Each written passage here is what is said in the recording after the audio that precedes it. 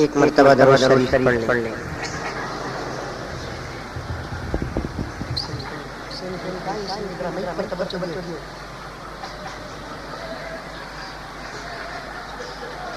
الحمد لله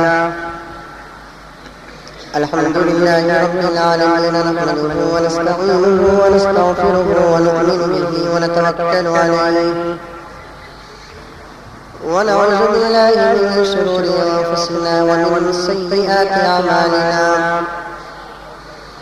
من يهد الله فلا مضل له ومن يضلل فلا هادي له،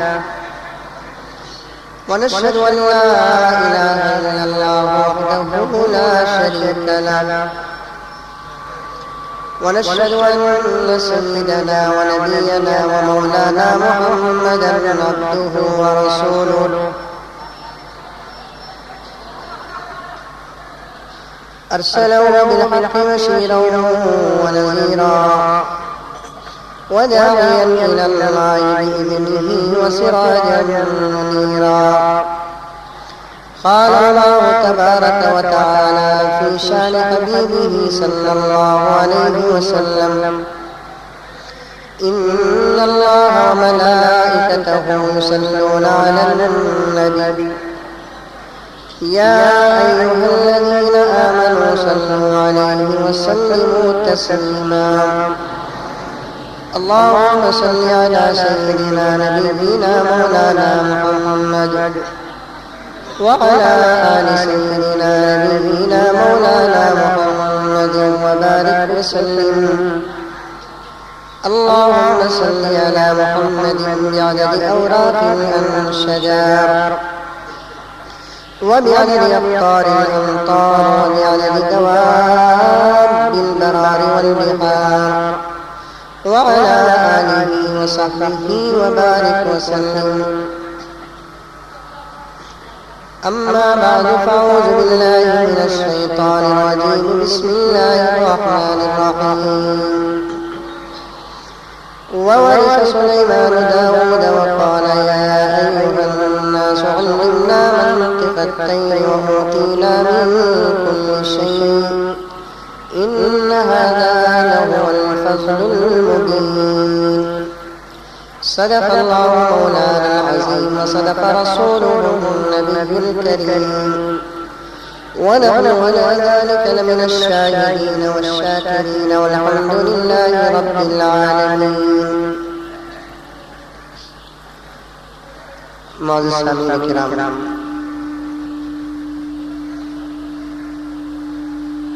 میں نے آیت کریمہ کی تلاوت کی.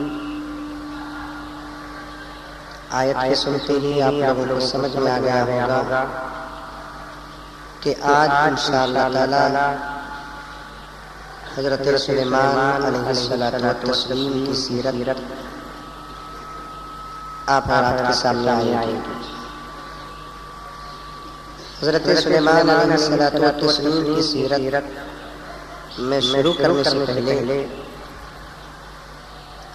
جیسا کہ مولانا دامت برکاتہم نے اعلان فرمایا کہ باہر جہاں گاڑی پارکنگ میں بہت سارے مسلمان اپنی گاڑیوں کو ترتیب سے نہیں کھڑائے ہوئے ہیں، ان سے میری گزارش ہے کہ آج انشاءاللہ تعالی شب قدر ہے. کافی مجمع الحمدللہ آ رہا ہے. آنے والوں کا راستہ روکنا ایک بہت بڑا گناہ ہے. آپ تو گاڑی کھڑا چکے ہیں، مسئلہ تو یہ ہے کہ راستے میں مسجد بھی نہ بنائیں. جب راستے میں عبادت نہیں کر سکتے تو گاڑی کیسے کھڑا سکتے؟ اسی لیے بزرگوں نے ایک کہاوت کہی ہے دکنی زبان میں: بیٹھیا تو ایسی جگہ بیٹھ کوئی نہ بولے اٹھ، بولیا تو ایسا بول کوئی نہ بولے چپ. بیٹھیا تو ایسی جگہ بیٹھ کہ کوئی نہ بولے اٹھ، بولیا تو ایسا بول کوئی نہ بولے چپ چپ. آج مسلمان بیٹھا کہ بھی اسی جگہ بیٹھا سب رک جاتے. بولیا ڈھنگ سے بات کرتا سمجھ میں آئی بات ہے. تو بولنا اور بیٹھنا اس کے لیے ایک موقع اور ایک محل ہوتا ہے. ان کا خاص خیال رکھیں. کافی مجمع الحمدللہ رہا ہے. اللہ تعالیٰ ہر آنے والے مسلمان مرد عورتیں بچے سب کے آنے کو قبول فرمائے. آج تو اس مقدس رات میں اللہ تعالیٰ ہم تمام کی دعاؤں کو قبول فرمائے. ہماری سب سے بڑی ضرورت جو کہ مغفرت ہے، اللہ تعالیٰ ہم میں سے ہر ایک کی اس وقت جو یہاں موجود ہے ان کی، جو غائب ہیں ان کی، جو پیدا ہونے والے ہیں ان کی، جو پیدا ہو چکے ہیں ان کی، جو دنیا میں ہیں ان کی، جو دنیا سے چلے گئے ہیں ان کی. اے اللہ تمام کی مغفرت. انشاءاللہ تعالی بات مختصر کروں گا. دعا کرتا ہوں کہ اللہ تعالی مضمون کو سمیٹنے کی توفیق عطا فرمائے. دعا انشاءاللہ اللہ بہت لمبی کرنے کی کوشش کروں گا کیونکہ ہمارا مقصد تقریر سے زیادہ دعا ہے نہیں. اللہ تعالیٰ سے دعا کریں کہ وقت میں اللہ تعالیٰ برکت عطا فرمائے. چند باتیں صحیح اللہ تبارک و تعالیٰ میرے اور آپ کے فائدے کے لیے مجھے کہنے کی توفیق عطا فرمائے. مضمون تو عنوان تو بہت ہی بڑا ہے. حضرت سلیمان علیہ السلام. حضرت سلیمان کون؟ حضرت داؤد علیہ السلام کے بیٹے کے باپ بھی بیٹا، باپ بھی نبی، بیٹا. قرآن نے کہا وَوَرِثَ سُلَيْمَانُ داؤد. ہم نے سلیمان کو داؤد کا وارث بنایا. ہم نے سلیمان کو داؤد کا وارث بنایا. اور داؤد علیہ السلام کون؟ صاحب کتاب و شریعت. داؤد علیہ السلام پر اللہ تعالیٰ نے 4 کتابوں میں سے ایک کتاب نازل فرمائی. قرآن نے کہا وَآتَيْنَا دَاؤُودَ زَبُورًا. ہم نے داؤد کو زبور عطا کیا. صاحب کتاب، باپ بھی پیغمبر، بیٹا بھی پیغمبر. صرف پیغمبر نہیں تھے، اللہ تعالیٰ نے پیغمبر کے ساتھ بادشاہت بھی عطا فرمائی. بادشاہ بھی تھے، پیغمبر بھی. عموماً لوگ کیا سمجھتے ہیں جو پیغمبر ہوتا ہے وہ غریب ہوتا ہے، بادشاہ نہیں ہوتا. بالکل غلط. کئی پیغمبر گزرے ہیں جو پیغمبر بھی تھے، وقت کے بادشاہ بھی تھے. اسی لیے اللہ تبارک و تعالیٰ نے بادشاہت کو بھی ایک بہت بڑا مقام عطا فرمایا. اور نبوت کا مقام تو آپ لوگ جانتے ہیں. لیکن آج دنیا کہتی ہے اگر کوئی مولوی سیاست میں قدم رکھتا ہے یا رکھنا چاہتا ہے، آج کل مولوی صاحب سیاست میں اتر گئے. یہ لگا اتر کو ڈبلے کو ہی. ہمیں اترنا بولا کہ تم نہ کہیں وہ حضرت سیاست ارادہ ہے کارپوریشن الیکشن میں کھڑنے کا. ووٹ ڈال دیں. ہاں کون 100 روپے بانٹے گا؟ ووٹ نوٹ دو ووٹ لو. ہمارا نعرہ کیا؟ نوٹ دو ووٹ لو. وہ جو کینڈیڈیٹ کون تھی سچا جیتے؟ ہاں سچے بہت کم جیتتے نہیں بول کر نہیں بولتا، جیتتے ہیں بہت کم. لیکن جیتنے والوں میں بھی ایسے ہیں کہ جو ووٹ خریدتے ہیں. وہ کہتے ہیں کہ نوٹ لو ووٹ دو. ہمارا نعرہ کیا؟ نوٹ دو ووٹ لو. وہ لوگ کیا کہتے ہیں کہ نوٹ لو ووٹ دو. میں نمازی بھی مجھے ووٹ ڈالو. کون بھی بولیا پٹکا. میں متقی بھی مجھے ووٹ ڈالو. کون بھی بولیا میں اب تک حرام کا کھایا نہیں، ووٹ ڈالو. کون بھی بولیا پیسے پھینکتے ہیں ووٹ لیتے ہیں. صحیح کہنا ہے آج کے لوگوں کا کہ ایسے گندی سیاست میں علماء کیوں جاتے ہیں. لیکن علماء کے بغیر جو سیاست بگڑی ہوئی ہے اسے سدھارنے کے لیے علماء ہی کی ضرورت ہے. ہم تو چیلنج کرتے ہیں کہ بگڑا ہوا ہندوستان اگر سدھرنا ہے تو پارلیمنٹ میں کسی مولوی کا داخل ہونا ضروری ہے. وزارت عظمیٰ کی کرسی پر مولوی کا بیٹھنا ضروری ہے.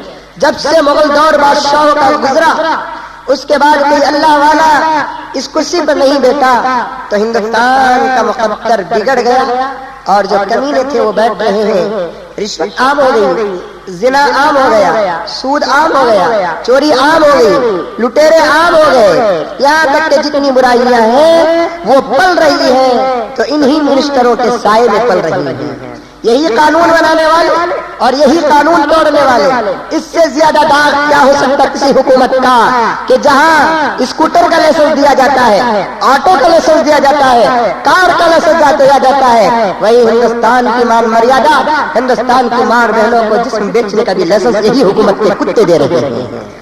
پھر بھی کہتے ہیں کہ اس میں دری کی سزا 14 سال کی جیل ہے، اس میں دری کی سزا 7 سال کی جیل ہے، لیکن لائسنس بانٹنے والے کون ہیں؟ پھر یہی کہتے ہیں دنگا فساد کرنے والوں کو سزا دی جائے گی، لیکن دنگا فساد کا جڑ جو ہے شراب، اس شراب کے لائسنس دینے والے بھی یہی حکومت والے ہیں۔ غنڈوں کو آج یہ لوگ پال رہے ہیں، پولیس آج بک رہی ہے، پولیس آج رشوت لے رہی ہے۔ تو بہرحال میرے دوستو، ہندوستان نہیں بلکہ ساری دنیا کی گندی سیاست کو پاک کر کے صحیح سیاست اگر جانا ہے تو پھر ہم وائٹ ہاؤس سے لے کر ہندوستان کی پارلیمنٹ تک کہتے ہیں کہ تمہارے وائٹ ہاؤس میں اور تمہارے علماء میں جب تمہارے پارلیمنٹ میں جب تک علماء داخل نہیں ہوں گے تمہاری گندی سیاست کبھی پاک نہیں ہو سکتی، اس لیے کہ ہماری شریعت میں جہاں شریعت کے مسئلے مسائل ہیں وہاں خدا وحدہ لا شریک کی قسم سیاست کے بھی مسئلے مسائل ہیں۔ ہمارے بڑے جہاں مصلی پہ کھڑ کے نماز پڑھایا کرتے تھے وہیں ہمارے بڑے کرسی میں بیٹھ کر حکومت بھی کیا کرتے تھے۔ انبیاء میں بھی ایسے بڑے ملیں گے، صحابہ میں ایسے بڑے ملیں گے، اولیاء میں ایسے ملیں گے، علماء میں ایسے بڑے ملیں گے۔ انہی حضرات انبیاء کی فہرست میں ایک نبی کون گزرے؟ حضرت داؤد علیہ الصلوۃ والتسلیم۔ اللہ تعالیٰ نے ان کو کتاب بھی دیا، کیا کتاب؟ زبور دیا، اور ان کو نبوت بھی عطا فرمائی اور وقت کا بادشاہ بھی بنایا۔ اب بیٹے باپ بھی بہت بڑے پیغمبر اور بادشاہ، تو باپ کے بعد بیٹے بھی بہت بڑے پیغمبر اور بادشاہ گزرے۔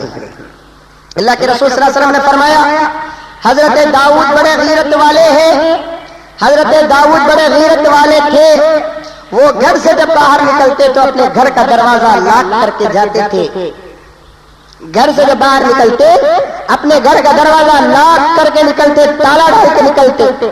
کیوں ڈالا ڈال کے نکلتے؟ کیا حضرت داؤد علیہ السلام کو اپنی بیوی پر شک تھا، اپنی بیوی پہ ڈاؤٹ تھا؟ نہیں، بیوی تو کون تھی؟ سلیمان کی ماں تھی۔ سلیمان کون تھے؟ وقت کے پیغمبر اور بادشاہ تھے، جو اپنے گود میں پیغمبر کو پیدا کرے گی خدا وحدہ لا شریک کی قسم و اخلاق میں گری ہوئی نہیں ہوگی۔ لیکن حضرت داؤد علیہ الصلوۃ والتسلیم اپنے گھر کا تالا ڈال کر کیوں جاتے؟ اس لیے کہ حضرت داؤد کو پسند نہیں کہ میرے گھر کھلا رہے، اندر تو کوئی نہیں جائے گا لیکن باہر والے کی نگاہ بھی اندر نہ جائے، اندر تو کوئی نہیں جائے گا پیغمبر کے گھر میں، کس کی مجال کے اندر جائے۔ لیکن حضرت داؤد علیہ الصلوۃ والتسلیم کو پسند نہیں کہ باہر گزرتے گزرتے کسی کی نگاہ گھر کے کسی دریچے پہ پڑ جائے تو اس دریچے یا دروازے کے ذریعے سے بھی میرے گھر پر غیر مرد کی نگاہ داخل نہ ہو۔ میری مائیں، یہ خاص طور پر آج کی اس رات پر تیرے لیے بہت بڑا تحفہ ہے۔ اپنے گھر کے دریچے اور دروازے کو ہمیشہ بند رکھو تاکہ بے حیا مردوں کی نگاہیں تمہارے دریچے کے، تمہارے دروازے کے ذریعے سے بھی تمہارے گھر کے اندر داخل نہ ہو۔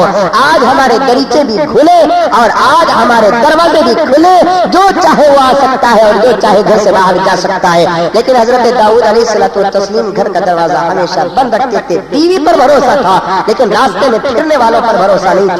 ایک مرتبہ جب دروازہ اگل ڈال کر گئے، رات کو جب واپس آتے ہیں تو گھر میں ایک شاہی نوجوان کھڑا ہوا تھا۔ حضرت داؤد کو بہت تعجب ہوا، ارے میں تو دروازہ تالا ڈال کے گیا تھا لیکن یہ دروازے کے اندر آیا کیسے؟ پوچھنے لگے کہ ابے وہ تو کون ہے؟ تو وہ نوجوان کہنے لگا کہ اے داؤد میں وہ ہوں جسے دنیا کا کوئی دروازہ آج تک روک نہیں سکا۔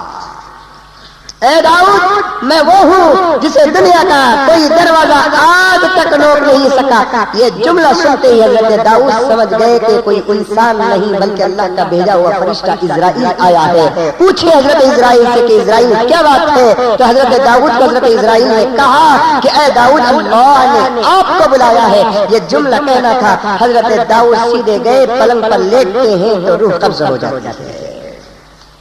یہ تھی اللہ والوں کی موت. بہت سے ڈرتے نہیں. ہمیں گھر کے اندر گھسے, اسرائیل گھر کے اندر کھڑے تھے. کون بات تو اسرائیل, پھر وہ گھر تو کیا گلی میں چھوڑ کو پھٹ جائیں گے. ڈرتے ہم, ڈرتے. گھر تو گھر بولیں گے اسرائیل بھول کو میرے گھر کو آ گئے. بازو کے گھر میں پرانا بڈھا ہے. اسرائیل بھول کو آگے, بازو کے گھر میں پرانا بڈھا ہے. اسرائیل کہیں گے کہ میں کبھی کسی کو بھولتا نہیں ہوں, میں جسے روح قبض کرنا چاہتا ہوں اسے قبض کر لیتا. حضرت داؤد کا تو انتقال ہو گیا اور پوری حکومت کس کے پاس آئی؟ سلیمان علیہ السلام کے پاس آئی. سلیمان کو داؤد علیہ السلام کے بیٹے اللہ تعالیٰ نے بہت سارے معجزے عطا فرمائے. سب سے پہلا معجزہ کیا کہ اللہ تعالیٰ نے حضرت داؤد کو ہوا کا معجزہ دیا تھا کہ پوری ہوا داؤد کے کنٹرول میں تھی. پوری ہوا کس کے کنٹرول میں تھی؟ داؤد کے کنٹرول میں تھی. کہ داؤد بولتے یہاں جاؤ چلے جاتی, وہاں جاؤ چلے جاتی.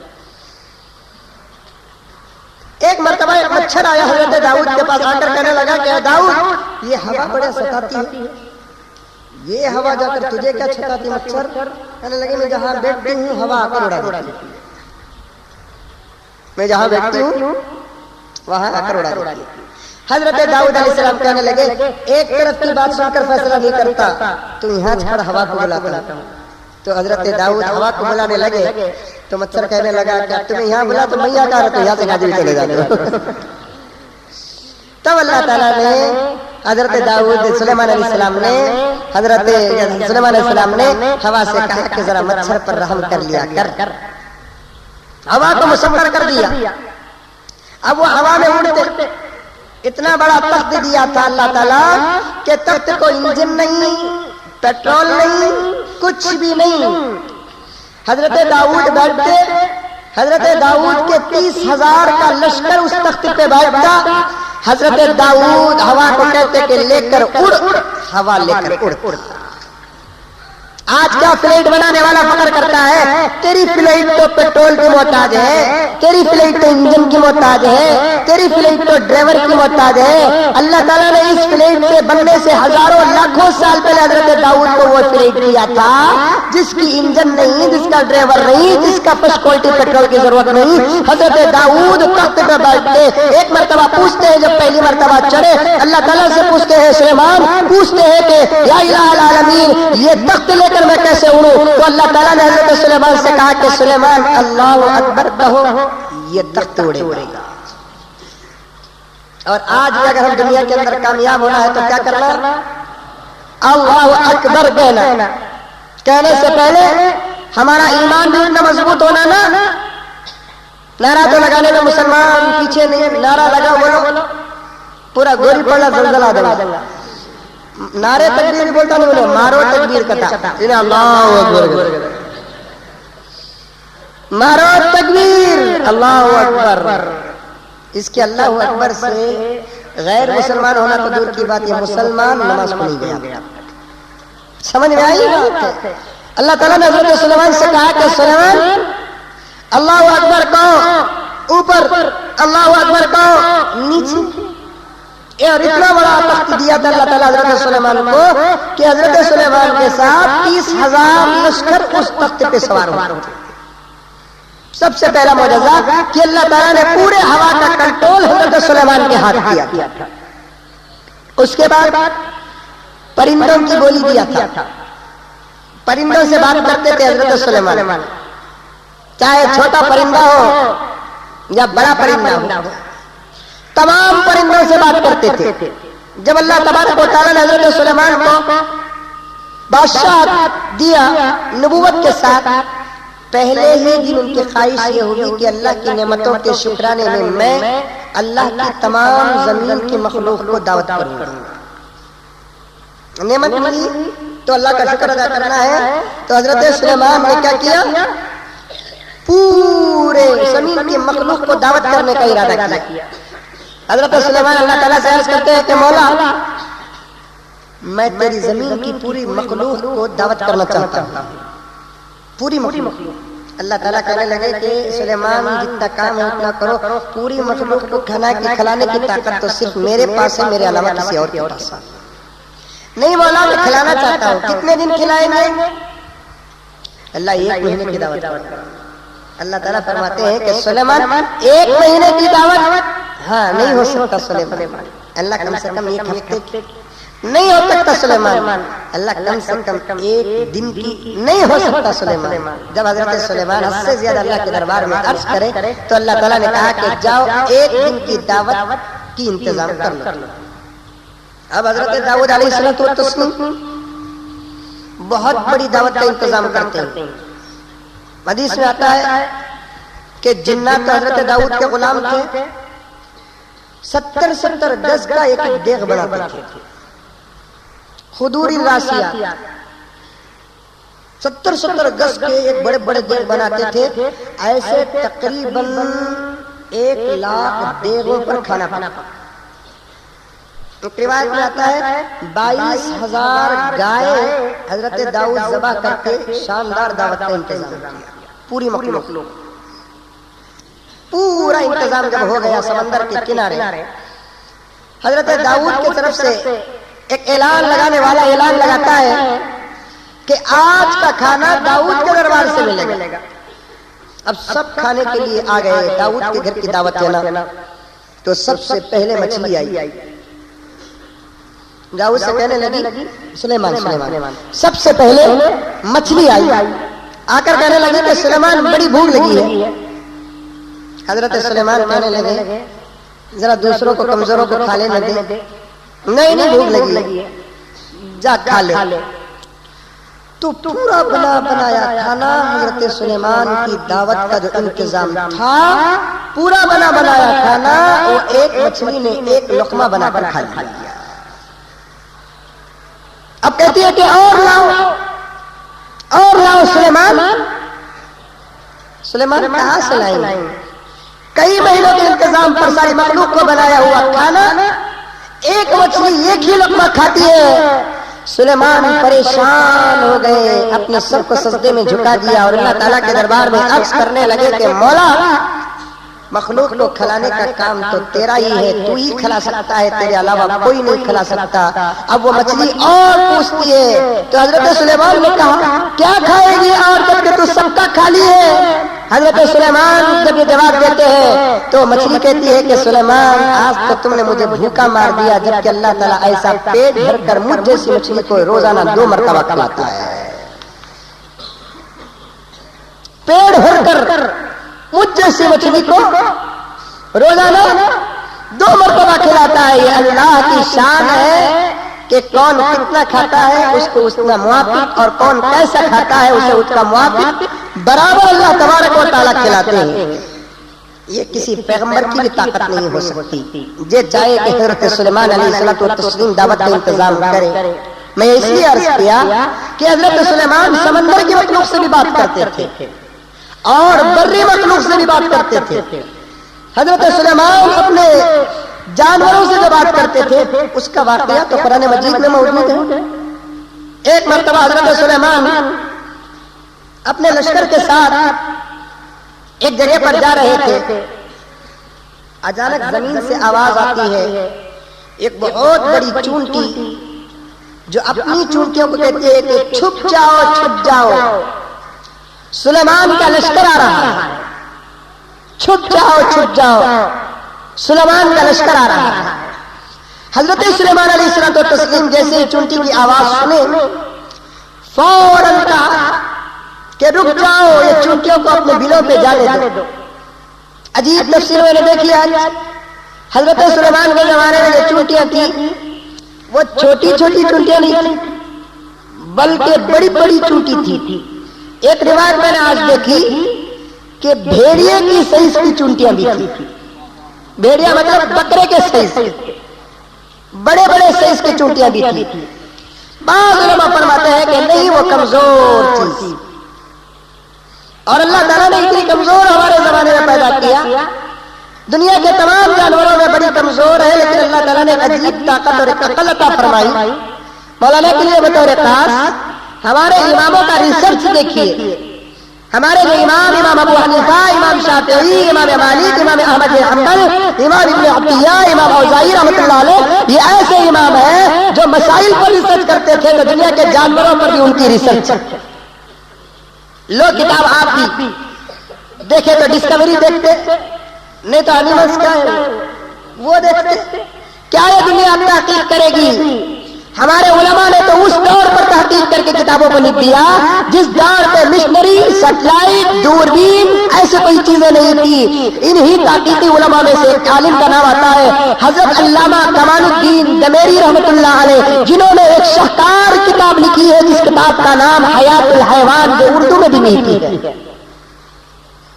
ڈسکوری سے زیادہ مزہ آ جائے گا. ہر جانور پر ریسرچ، دنیا کی ہر مخلوق پر ریسرچ، گائے، کتا، بھینس، سور، پرندے، کبے، کبوتر، چونٹی، سب پر ان لوگوں کا ریسرچ ہو چکا ہے اس زمانے میں. اور ہر جانور کا شرعی حکم، ہر جانور کے بارے میں شرعی حکم. ہمارے امام معمولی امام نہیں، چاہے وہ امام ابو حنیفہ ہو یا امام شافعی ہو یا امام مالک ہو یا امام احمد بن حنبل ہو، یہ ایسے ایسے امام نہیں، چوٹی کے امام ہیں. یہ 5 وقت نماز پڑھانے والے امام نہیں ہے، ساری امت کو سنبھالنے والے امام ہیں.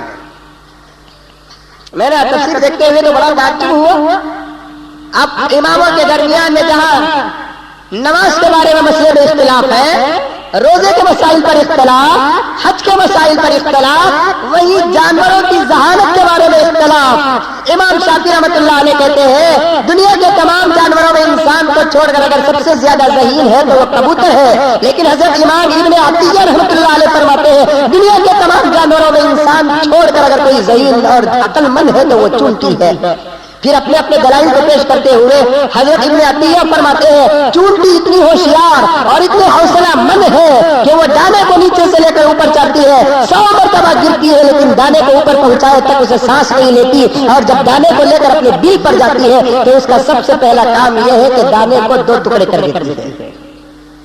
چاہے چاول کا دانا ہو یا گیہوں کا دانا ہو یا راگی کا دانا ہو. حضرت سلیمان نے چونٹی سے پوچھا ایک مرتبہ کہ چونٹی تو دانے کو 2 ٹکڑے کیوں کرتی ہے؟ چونٹی نے کہا کہ سلیمان اتنے بڑے پیغمبر لیکن اتنی بات سمجھ میں نہیں آئی. چونٹی بول رہی ہے اتنے بڑے پیغمبر اتنی بات سمجھ میں نہیں آئی. حضرت سلیمان نے اسی لیے تو تجھے پوچھا ہو. تو چونٹی کہتی ہے کہ سلیمان ہم تو زمین میں بیل بناتے ہیں اور زمین میں جو بھی بیج جاتی ہے وہ درخت بن جاتا ہے. اب میں دانا رکھتی ہوں تو اس میں پتا نکل جاتا ہے، میں اسے 2 ٹکڑے کرتی ہوں تو پتا نہیں نکلتا، میں اسے توڑ کر رکھ دیتی ہوں. اسی لیے چونٹی بہت ہوشیار، بہت ہوشیار. قوت شامہ چونٹی کے اندر اتنا ہے، سونگنے کی قوت ادھر ہے کہ 4 شکر کے دانے ادھر ڈال دو اور ادھر چونٹی کو چھوڑ دو، چند لمحے کے بعد دیکھو کہ ادھر کی چونٹی برابر ادھر پہنچ جاتی ہے. اتنی اللہ تعالیٰ نے اسے قوت دی ہے کہ اسی لیے میں اس لیے عرض کر رہا ہوں دیکھنے میں چھوٹی ہے لیکن اسے چھوٹی نہ سمجھو. اللہ تعالیٰ بہت سارے چھوٹے لوگوں کو کچھ دوسرے خوبیوں سے آراستہ کرتے ہیں، کچھ دوسرے خوبیاں اس کے اندر رہتے ہیں. جو ہمارے سے چھوٹا ہے وہ ہر اعتبار سے چھوٹا ہونا ضروری نہیں ہے. کچھ ایسے بھی ہیں کہ جو چھوٹے ہوتے ہیں بڑوں کو راستہ دکھاتے ہیں.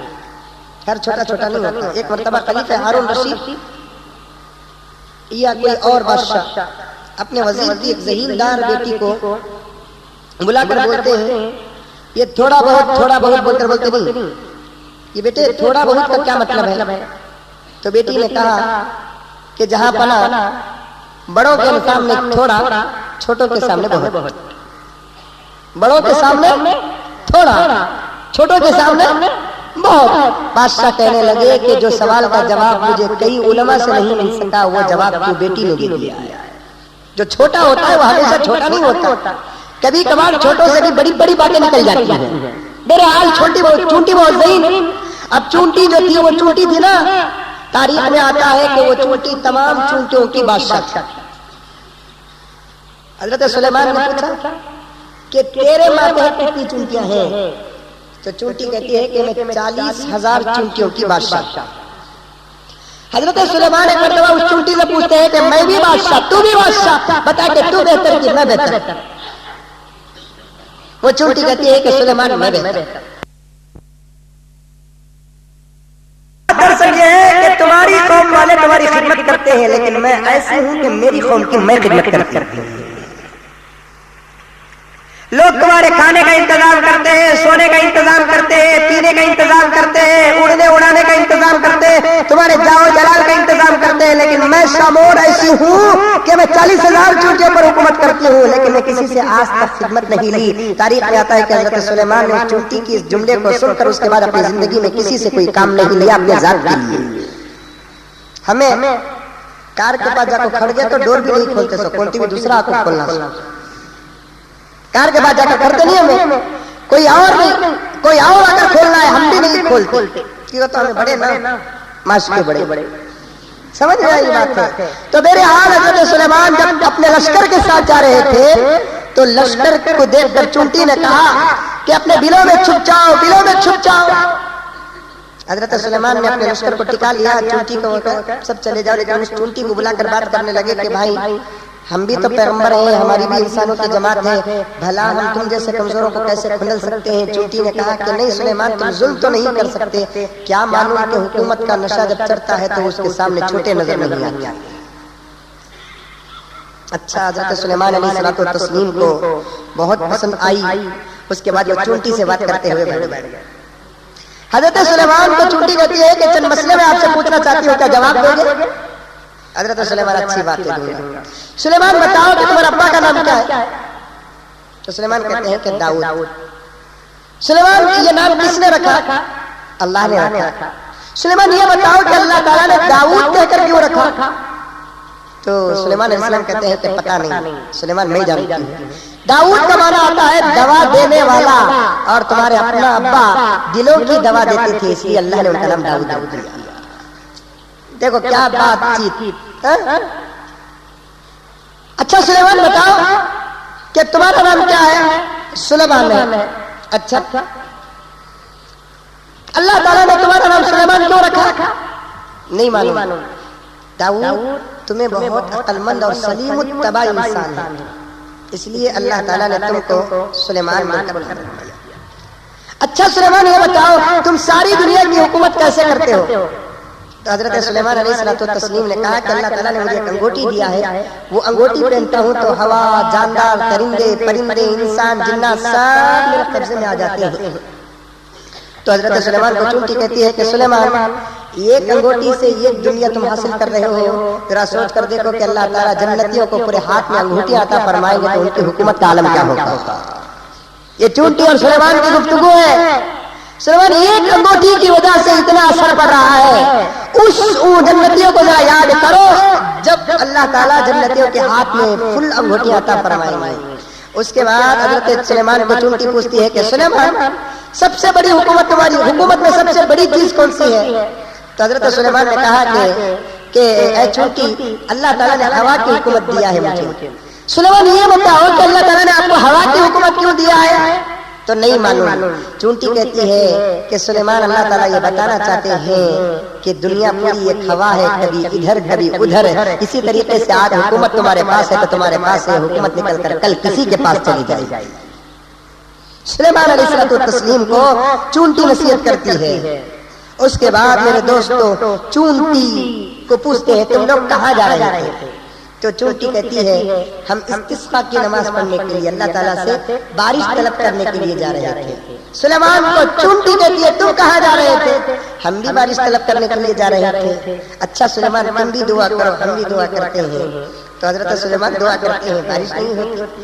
چونٹی جب دعا کرتی ہے تو بارش ہو جاتی ہے۔ تو حضرت سلیمان کو چونٹی کہتی ہے دنیا والوں کو کہہ دو کہ یہ آسمان سے جو بارش برس رہا ہے وہ ان کے عمل کا نتیجہ نہیں بلکہ ہمارے ہم جیسے معصوم مخلوقوں کا صدقہ ہے۔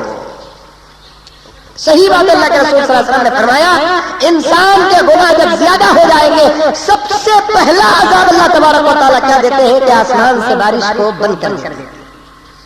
اگر بارش پڑتی بھی ہے، زمین سے اناج اگتا بھی ہے تو میرے دوستو یہ کس کا صدقہ؟ معصوم جانوروں کا صدقہ ہے کہ اللہ تبارک و تعالیٰ ان کی روزی روٹی کے صدقے میں ہماری روزی روٹی کا فیصلہ فرما دیتے ہیں، اس لیے کہ جانور سے کوئی گناہ ہوتا ہے۔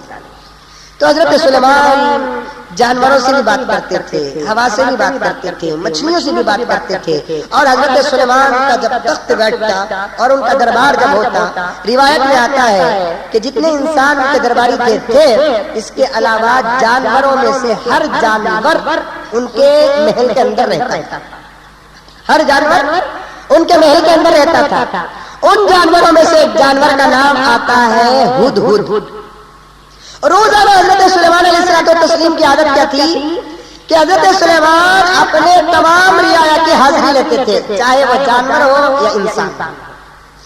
ایک دن ہدہد پرندہ نظر نہیں آیا۔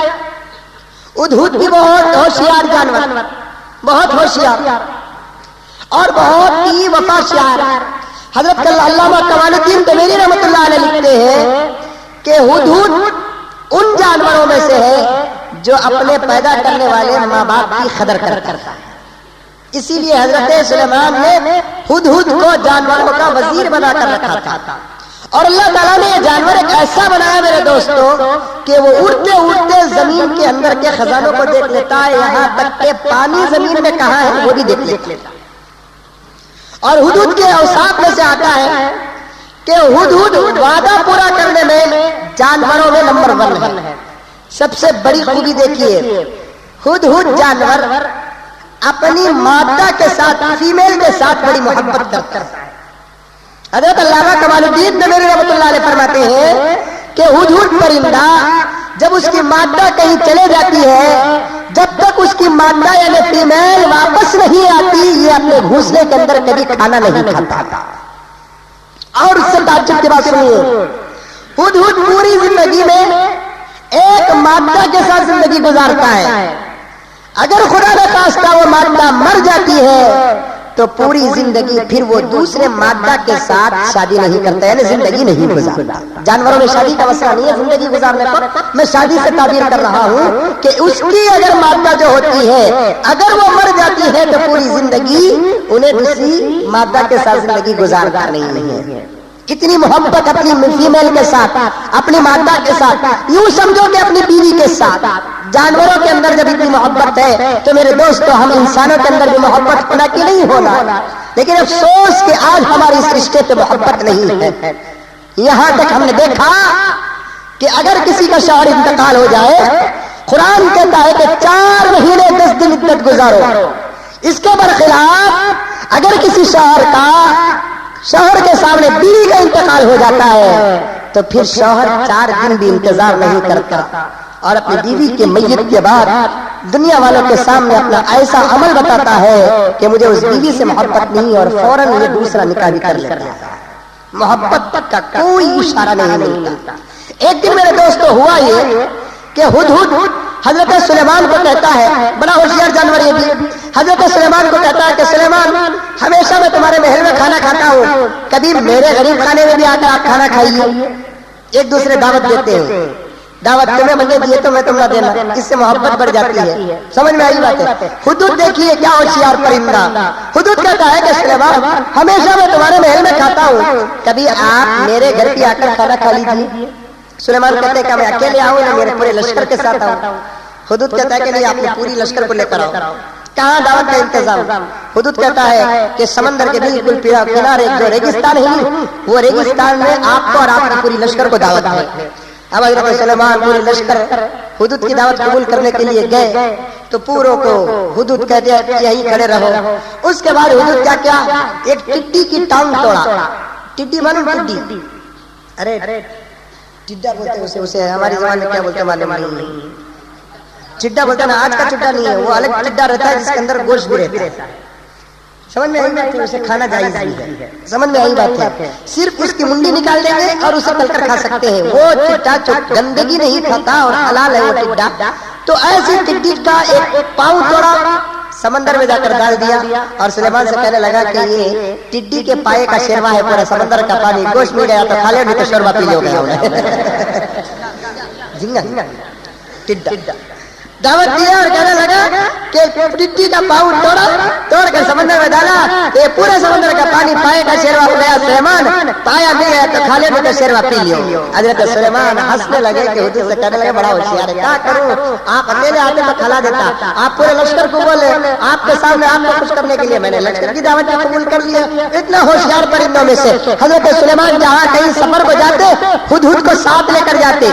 اس زمانے میں تو شاہ پانی گینی لے کر جانے کا نہیں تھا، کیونکہ حضرت سلیمان کے ہاتھ میں تو ساری دنیا کی حکومت تھی نا، ہوا کو حکم دیتے تھے تو وہ پھل فروٹ لا کر دے دیتے، لیکن پانی تلاش کرنے کے لیے ہدہد کو ہمیشہ ساتھ لے کر جاتے، ہدہد کو ساتھ لے کر جاتے۔ ایک دن سفر کیے، سفر میں پانی کی ضرورت پہنچی تو حضرت سلیمان علیہ السلام نے ہدہد کو بلایا اور ہدہد کو بلا کر پوچھنے لگا تو ہدہد نہیں، پورے تخت میں پوچھا ہدہد کہاں ہے ہدہد، تو ہدہد نظر نہیں آیا۔ حضرت سلیمان کو پیاس زیادہ لگی، بہت پانی کی سوچ لگی، غصہ زیادہ آیا، کہنے لگے کہ ہدہد جب آئے گا میں اسے سخت سزا دوں گا، یا نہیں تو وہ نہیں آنے کا عذر اگر بیان کرتا ہے تو عذر قابل قبول ہے تو میں چھوڑ دوں گا۔ جب یہ اپنے محل کو گئے تو ہدہد آنے سے پہلے دوسرے پرندے نے کہا بادشاہ کی حاضری میں تو غیر حاضر تھا، بادشاہ کے سامنے تو اٹک گیا، آج تجھے پوچھنے والے ہیں، بادشاہ تو غصے میں ہے، تجھے سزا دینے والے ہیں۔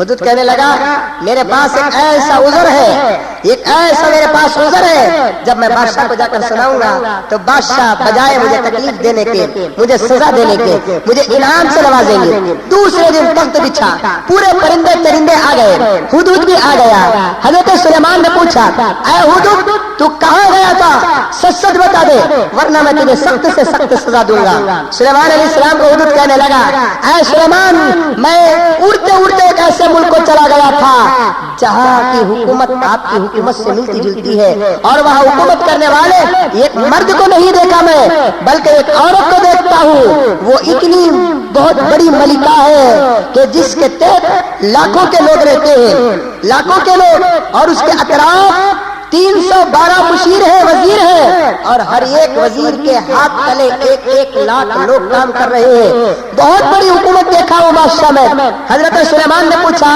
ہدہد یہ حکومت تو نے کہاں دیکھا، تو سلیمان کو ہدہد نے کہا کہ بادشاہ جہاں پر میں نے ملک سبا میں یہ حکومت دیکھا، سبا نام کی مشرق کی طرف ایک بہت بڑا ملک تھا، وہاں پر ایک بہت بڑی حکومت چلتی تھی، اور وہ حکومت چلانے والا مرد نہیں بلکہ چلانے والی عورت تھی، اور اسی عورت کا نام آتا ہے بلقیس۔ یہ بلقیس نام کی عورت کون تھی؟ جس کی ماں جن تھی، جس کا باپ انسان تھا، انسان نے جنات سے شادی کیا اور اس سے جو بچہ پیدا ہوا وہ بلقیس تھی، بہت خوبصورت تھی، بہت خوبصورت تھی، جس کی خوبصورتی کے تذکرے بھی لکھے ہوئے تھے۔ لکھتے ہیں تاریخ میں کہ جب وہ چلتی تھی اس کے گورے پاؤں کا اثر زمین میں اجالے کی طرح پڑتا تھا۔ ہماری اماں سن کر، بہن سن کر اب کتنا پاؤڈر لگائی کہ اس کا پاؤں گورا ہوگا نہیں، سمجھ میں آئی بات؟ سورت کو لگا کچھ گورا ہوتا نہیں، پاؤں کو لگا تو گورا ہو جاتا، سمجھ میں آئی بات ہے؟ آج عورتیں خوبصورتی حاصل کرنے کے لیے کیا نہیں کرتی، خوبصورتی اللہ کی نعمتوں میں سے ایک نعمت ہے، اسے اپنے حال پر رکھو اور مزید خوبصورت بننے کی کوشش میں اپنے چہروں کو نہ بگاڑو میری مائیں۔ بہت ساری عورتیں ایسی ہیں، ذرا عرض کرتا چلو کیونکہ رمضان ختم ہونے والا ہے، شوال شروع ہونے والا ہے، شیطان آزاد ہونے والا ہے۔ جب شیطان آزاد ہو جائے گا سب سے پہلے عورتوں پر حملہ کرتا ہے وہ عورتیں پورے رمضان کے روزوں کو خود بھی ضائع کرتی ہے اور دوسروں کے عمل کو بھی ضائع کرتی ہے۔ کیسے کیسے فیشن آ گئے، صورتوں پہ کیا کیا لگاتے ہیں، پاؤڈر لگاؤ پھر لولی لگاؤ الگ بات ہے، لیکن بالا نکالتے ہیں، بھو شیپ کرتے ہیں، مساج کرتے ہیں، بیوٹی پارلر جاتے ہیں، دنیا کے کام کاج کرتے ہیں، جس سے ایک لچا لفنگا تو تمہاری تعریف کر سکتا ہے، لیکن ایک اللہ والے کی نگاہ اگر خدا نخواستہ تمہارے چہرے پر پڑ جائی تو وہ کہیں گے کہ کتنی بدصورت ہے یہ عورت، کتنی بدصورت ہے وہ عورت۔ اللہ تعالیٰ حسن جو دیا، اگر مزید حسن پیدا کرنا ہے میری مائیں، مزید خوبصورتی پیدا کرنا ہے میری مائیں، اللہ کے دربار میں کثرت سے عبادت کرو۔ جو عبادت کرتے ہیں اللہ جل جلالہ ان کے چہرے کے اندر ایک ایسا نور عطا فرماتے ہیں جس نور کی وجہ سے وہ دوسرے عورتوں کے مقابلے بہت خوبصورت ہو جاتی ہے۔ میں نے درمیان میں شاید عرض کیا نہ کیا بہتر جانتا ہے، لیکن جمعے کے موقع پر عرض کیا کہ جنت میں صحیح حسن ملے گا عورتوں کو۔ حضرت علامہ ابن جوزی رحمۃ اللہ علیہ فرماتے ہیں جنت میں حوروں سے بھی زیادہ وہ عورت خوبصورت رہے گی جو اپنے چہرے کو دنیا کے اندر غیر مردوں سے بچا کر چلتی ہے۔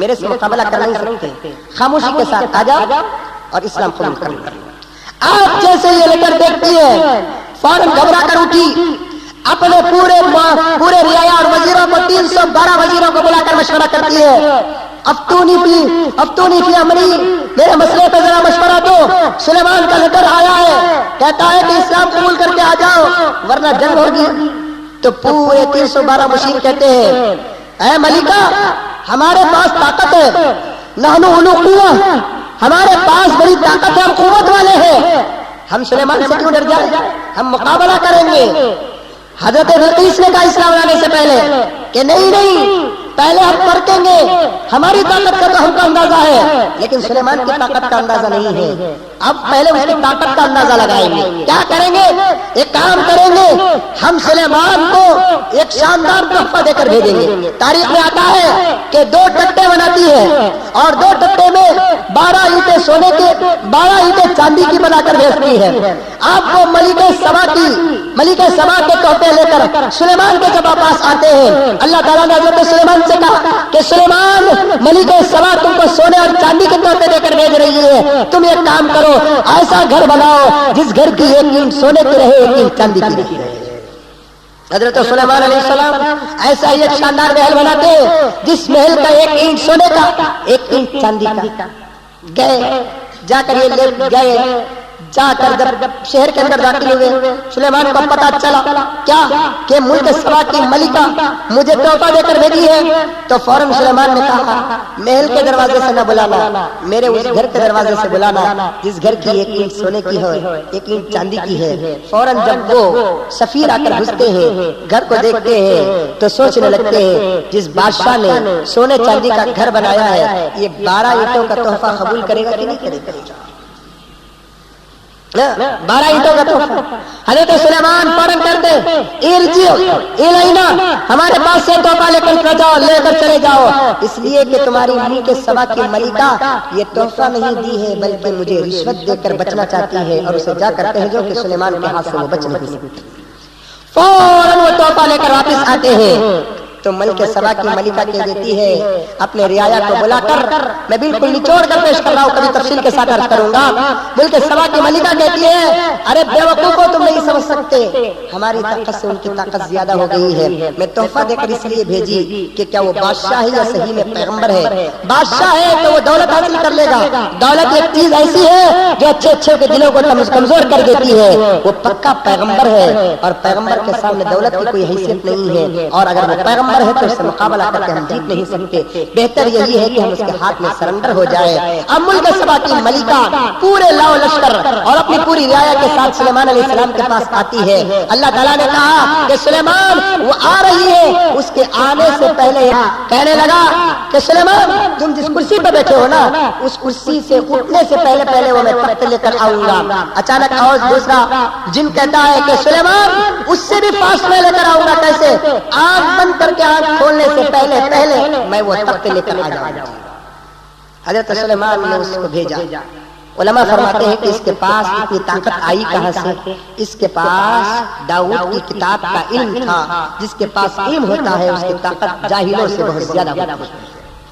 تفسیر میں نہیں جانا چاہتا، میں تفسیر میں جاؤں گا تو بہت کچھ کہہ سکتا ہوں۔ الحمدللہ وہ ملک سبا کی ملکہ آنے سے پہلے وہ جن وہ تخت لے کر سیدھے سلیمان کے پاس آ گیا۔ سلیمان وہ تخت کمرے میں رکھ دیے، ملک سبا کی ملکہ اپنے پورے لشکر کے ساتھ آ گئی۔ آنے کے بعد حضرت سلیمان نے ان کا استقبال بھی کیا، ان کے سامنے اسلام پیش کیا۔ ابھی وہ اسلام قبول نہیں کیے، اسلام قبول کرنے سے پہلے حضرت سلیمان علیہ السلام کو پتا چلا، کسی نے کہہ دیا کہ اس کی صورت تو خوبصورت ہے لیکن اس کے پیر بڑے بدصورت ہیں، اس لیے اللہ تبارک و تعالیٰ نے حضرت سلیمان کو کہا ایک ایسا محل بناؤ جس محل پر اگر وہ چلے گی تو اس کے پیر نظر آ جائے۔